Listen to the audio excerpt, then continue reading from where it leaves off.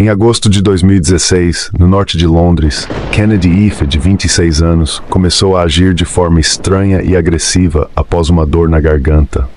Ele supostamente mordeu seu pai, ameaçou cortar seu próprio pênis e reclamou de uma python ou cobra dentro dele, antes que sua família o prendesse a uma cama com braçadeiras e força excessiva. A família então começou a tentar curar Kennedy por meio de moderação e oração durante os próximos 3 dias, foi informado ao tribunal. Seu irmão Colin Ife disse à polícia: "É claro que aquela coisa estava nele, o que acreditávamos ser um demônio, porque não era natural. Estava claramente tentando matá-lo", disse ele. "Tivemos que contê-lo para si mesmo.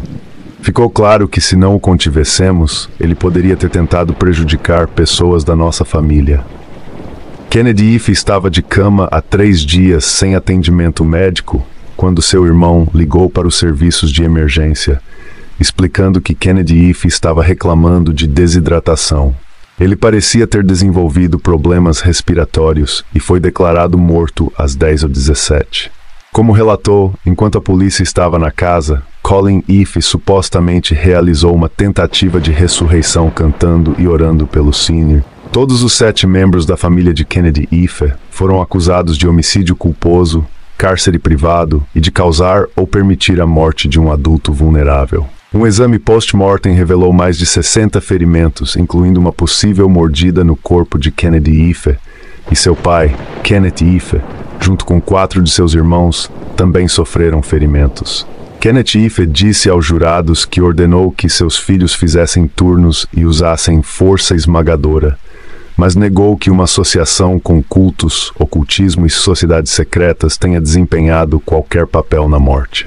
Após uma deliberação do júri de 4 dias, todos os 7 membros da família foram inocentados das acusações. Em 14 de março de 2019, animais mortos nas paredes.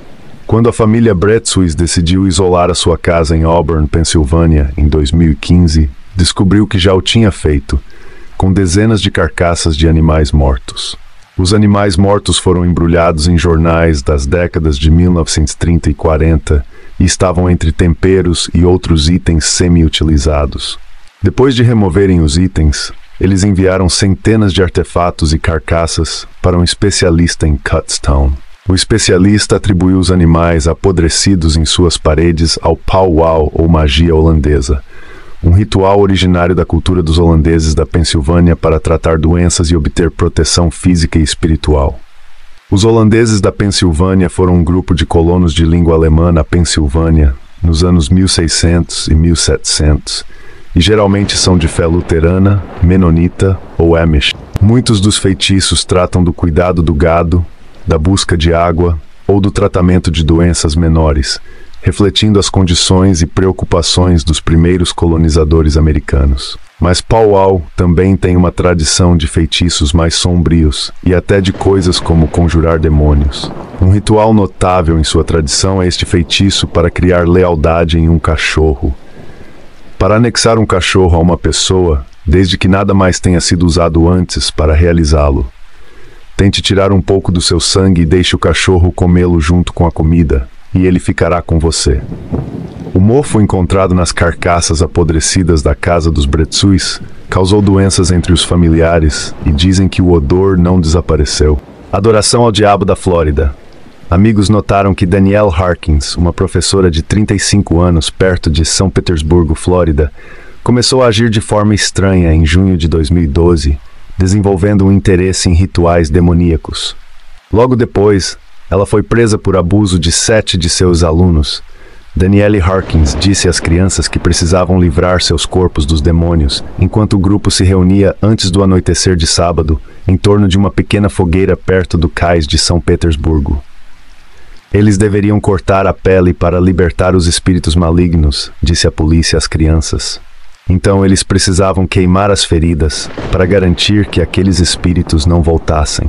Quando Harkins segurou um isqueiro na mão de um adolescente, o vento apagou a chama, disse a polícia. Isso a levou a molhar a mão dele com perfume antes de atear fogo. O menino sofreu queimaduras de 2º grau, disse a polícia. Outro adolescente foi cortado no pescoço com uma garrafa quebrada, disse a polícia. Harkins usou uma chama para aquecer uma pequena chave, que ela usou para cauterizar o ferimento. A polícia foi avisada porque um amigo de um dos estudantes que participou do ritual deu o alarme. No entanto, nenhum dos estudantes contou aos pais sobre o evento ou quis comentar após a prisão de Harkins por agressão agravada e abuso infantil. Por Sarah Lemire. Você verifica se há monstros embaixo da cama antes de dormir. Verifique novamente o armário para garantir que o bicho-papão não esteja escondido lá dentro. Tens medo de fantasmas? Então talvez você devesse parar agora, porque estamos prestes a mergulhar no mundo do paranormal.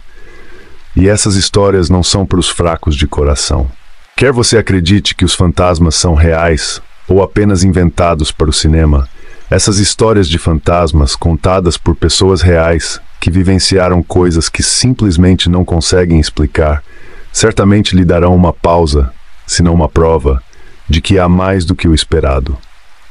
O olho quando se trata de acontecimentos sobrenaturais. Para ajudar na curadoria de nossa coleção de histórias assustadoras, Today.com conversou com Derek Hayes, apresentador de Monsters Among Us, um podcast no qual os chamadores compartilham detalhes de encontros misteriosos. De acordo com Hayes, ele recebe centenas de ligações todas as semanas e envios de todo o mundo.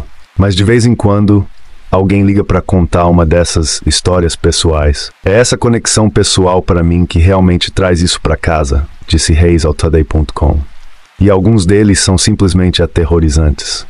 Coletamos uma amostra dessas histórias aterrorizantes aqui, junto com um punhado de outras histórias assustadoras de fantasmas de um caçador de fantasmas, bem como incidentes inexplicáveis contados por uma variedade de pessoas comuns que afirmam ter experimentado algo extraordinário.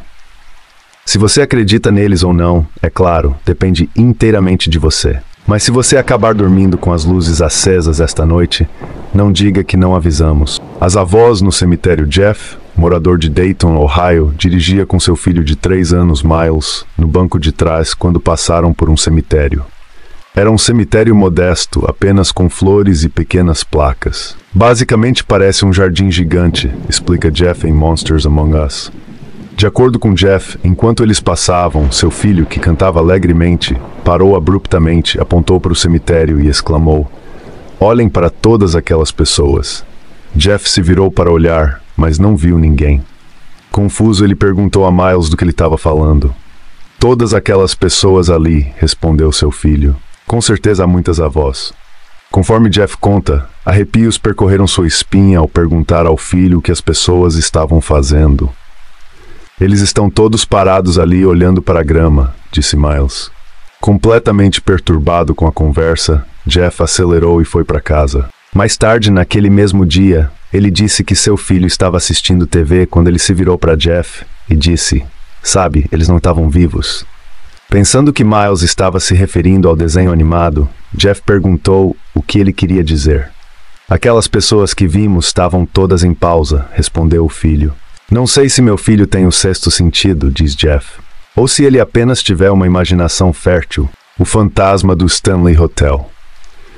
O Stanley Hotel em Estes Park, Colorado, existe há mais de 100 anos e foi construído como um refúgio elegante para os ricos que buscam solidão nas montanhas. Com o passar dos anos, porém, a ocupação diminuiu e na década de 1970, o grande hotel estava em mau estado.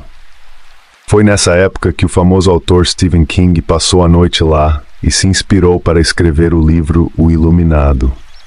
O livro e o filme de grande sucesso ajudaram Stanley a retornar à sua antiga glória.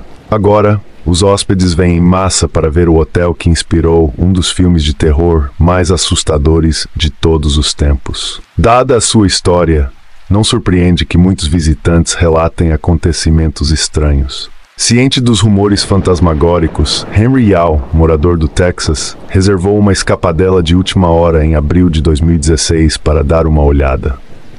Depois de chegar, Yao jantou e depois deu uma volta pelo Stanley para tirar fotos. Parando na escada, ele esperou que as pessoas saíssem da área e depois tirou uma foto, sem se importar. Mais tarde naquela noite, porém, Yao adoeceu gravemente. Eu me senti muito mal, tive arrepios, pensei, algo estava realmente errado, disse ele ao Today.com. Seu companheiro sugeriu que ele fosse ao pronto-socorro, mas Yao recusou. Na viagem para casa, Yao começou a folhear as fotos que havia tirado quando descobriu o que disse ser uma imagem muito estranha de alguém parado na escada, exceto que ninguém estava lá. No dia seguinte, ele postou a foto no Instagram meio brincando que havia capturado um fantasma e o mundo percebeu. Quase da noite para o dia, Yao se viu no centro das atenções com sua imagem fantasma, que mereceu a atenção da mídia global e de especialistas paranormais que queriam examinar a foto. Alguns especialistas dizem que há 2 fantasmas, e outras pessoas disseram que a razão pela qual fiquei doente foi porque o fantasma estava tentando se materializar, tirando energia de mim, disse ele. Existem tantas teorias sobre isso. E o que Yao pensa? Não tenho ideia, diz ele rindo. A parada do caminhão fantasma. A caminho do casamento, um militar e seu padrinho embarcaram em uma viagem de 800 milhas de Camp Lejeune, na Carolina do Norte, até Lafayette, Indiana. É 1h da manhã de uma noite fria de janeiro de 2014, e o homem diz a Monsters Among Us que o tempo está ruim e as temperaturas estão na casa dos 2 dígitos negativos. À medida que a dupla se aproxima de Indianápolis, eles descobrem que não tem dinheiro para pagar a gasolina para reabastecer o carro e estão prestes a ficar sem dinheiro. Crescendo no setor de transporte rodoviário com meu pai, decidi parar em uma parada de caminhões, explica o homem. Mas, como as principais rodovias interestaduais estavam fechadas devido ao clima, eles tiveram que sair da rodovia e procurar uma parada para caminhões nas estradas vicinais. Encontramos uma parada de caminhões menor. Tinha um caminhão e era meio estranho. Era apenas um caminhão escurecido com um trailer escurecido. Não havia marcas reais nele, nada distinguível, diz ele. Eles entraram, esperando que um balconista ou garçonete conseguisse alguns dólares para a gasolina, o suficiente para chegar a Indianápolis. Quando então iriam ao banco, sacariam o dinheiro e pagariam o empréstimo. Lá dentro encontraram uma lanchonete arrumada, ocupada por uma garçonete, uma cozinheira e um motorista de caminhão solitário. Entrei, conversei com o motorista e ele nos comprou uma xícara de café. Sentamos lá e conversamos por cerca de 30 minutos sobre o que estava acontecendo e por que estávamos indo, onde estávamos e o que estávamos fazendo. Nós $20 para a gasolina. Saí, abasteci, voltei e disse a ele: "Ei, estou muito grato, voltarei." Cumprindo sua palavra, o homem pegou dinheiro no banco ao chegar em Indianápolis e voltou para a lanchonete. Quando chegamos, por volta das 10 horas da manhã, está fechado com tábuas, diz ele. Parece que está abandonado há anos e o caminhão sumiu, mas tínhamos acabado de entrar lá. Eles param de qualquer maneira e encontram um policial estacionado no estacionamento. Eles explicam o que aconteceu poucas horas antes, ao que o policial ri e responde: "Oh, você conheceu o fantasma dos 3. Então, 2 militares conversaram, tomaram uma xícara de café e interagiram com 3 pessoas em uma lanchonete que tinha bomba de combustível. Ganhei $20 em gasolina, diz o homem. Quando voltei, estava fechado com tábuas, se bem me lembro. O policial disse que estava fechado com tábuas há 25 anos. As assombrações na Lizzie Borden House. Em 4 de agosto de 1892, Andrew e sua esposa Abby Borden foram encontrados brutalmente assassinados em sua casa em Fall River, Massachusetts. Embora o assassinato não fosse incomum no final de 1800, o fato de eles terem sido espancados até a morte com um machado e o principal suspeito ser sua filha de 32 anos, Lizzie Borden, certamente era.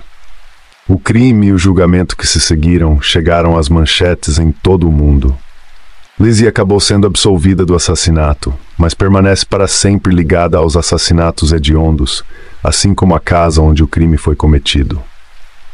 Agora uma pousada e museu, a casa de Borden atrai fãs de história e caçadores de emoções que vêm ver por si mesmos se os rumores de que a casa é mal assombrada são de fato verdadeiros.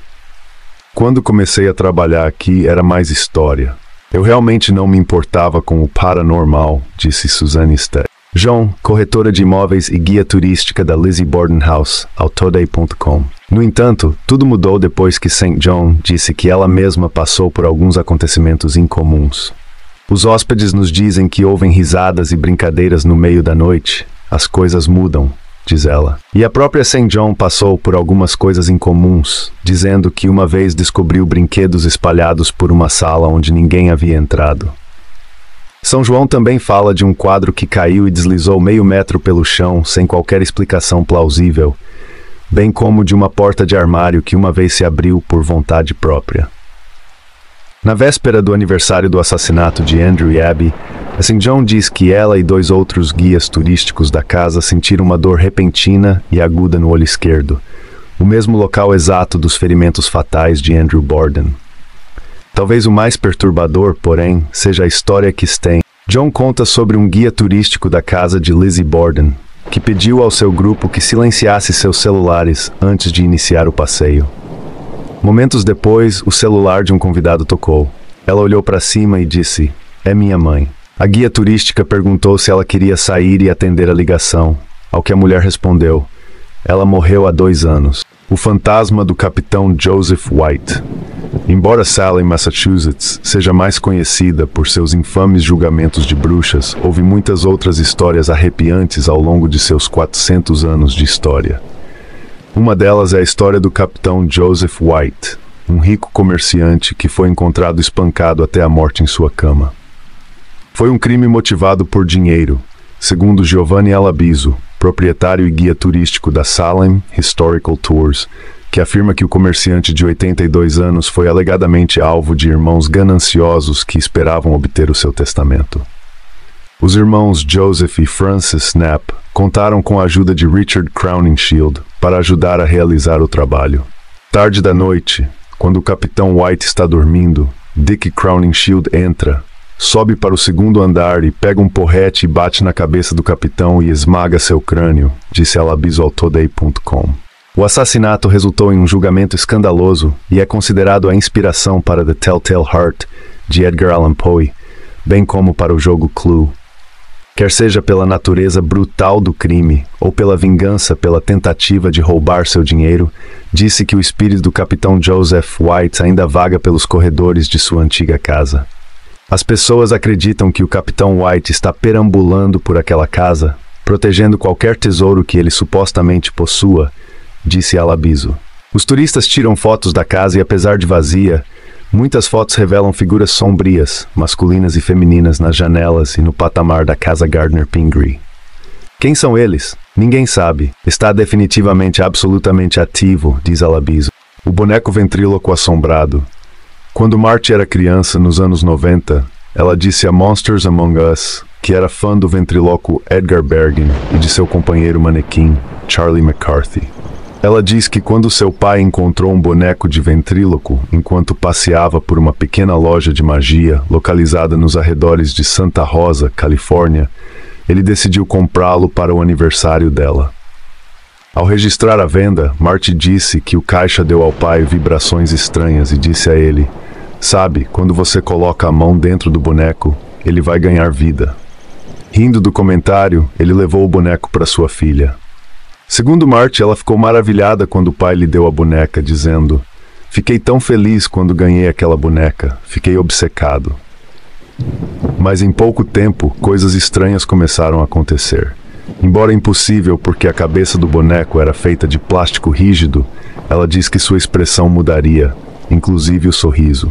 Preocupada com a possibilidade de algo acontecer ao seu precioso manequim, a família de Marty trancava-o num armário quase todas as noites. Uma noite, ela e sua família foram acordadas pelo barulho de passos na sala de estar.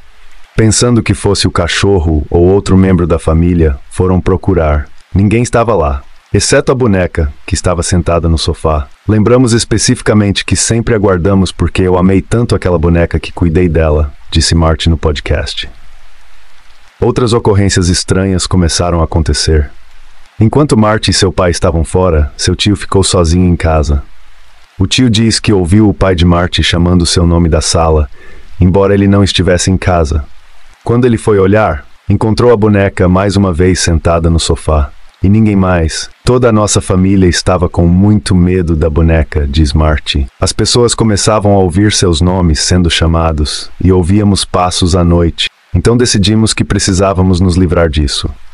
Sendo mexicana e religiosa, Marty diz que seus pais queriam queimar a boneca caso ela fosse demoníaca. Colocaram na grelha e, segundo Marty, não queimou. Esta boneca não pegaria fogo de jeito nenhum. Eles tentaram cortá-lo com uma faca, mas não tiveram sucesso. Finalmente eles jogaram na lata de lixo. Depois que o lixo foi recolhido, o pai de Marty foi buscar a lixeira, iniciar a boneca. Para se livrarem do boneco, cavaram um buraco no quintal e encheram-no com cimento. Marty e sua família já se mudaram há muito tempo, mas ela diz que ainda pensam na boneca e na possibilidade de que eventualmente ela encontre um de nós. O amigo imaginário Jacqueline, de Oklahoma, diz que, embora suas memórias tenham desaparecido com o passar dos anos, ela se lembra de ter um amigo imaginário quando era jovem. Seus avós, Granny June e Pa Hank, moravam em uma pequena casa com um quintal tranquilo. Jacqueline se lembra de visitá-los quando criança. Tenho ótimas lembranças do meu Pa Hank, diz Jacqueline no podcast Monsters Among Us. Ele sentava debaixo da árvore comigo e me contava histórias. As histórias muitas vezes eram sobre sua vida e memórias da proibição, diz ela. Ele era realmente um personagem muito interessante. O único problema? Seu avô morreu em 1981 e Jacqueline nasceu em 82. Acho que nunca percebi que estava ouvindo histórias de um fantasma, diz ela, acrescentando que o resto da família sabia da presença dele na casa. Minha avó June nunca ficaria em casa no aniversário de sua morte, diz ela. Ele morreu em casa. Jacqueline também se lembra de ter ouvido Pa Hank acordar no meio da noite quando ela estava hospedada em casa. Nunca me ocorreu que estas fossem memórias de uma entidade, disse ela.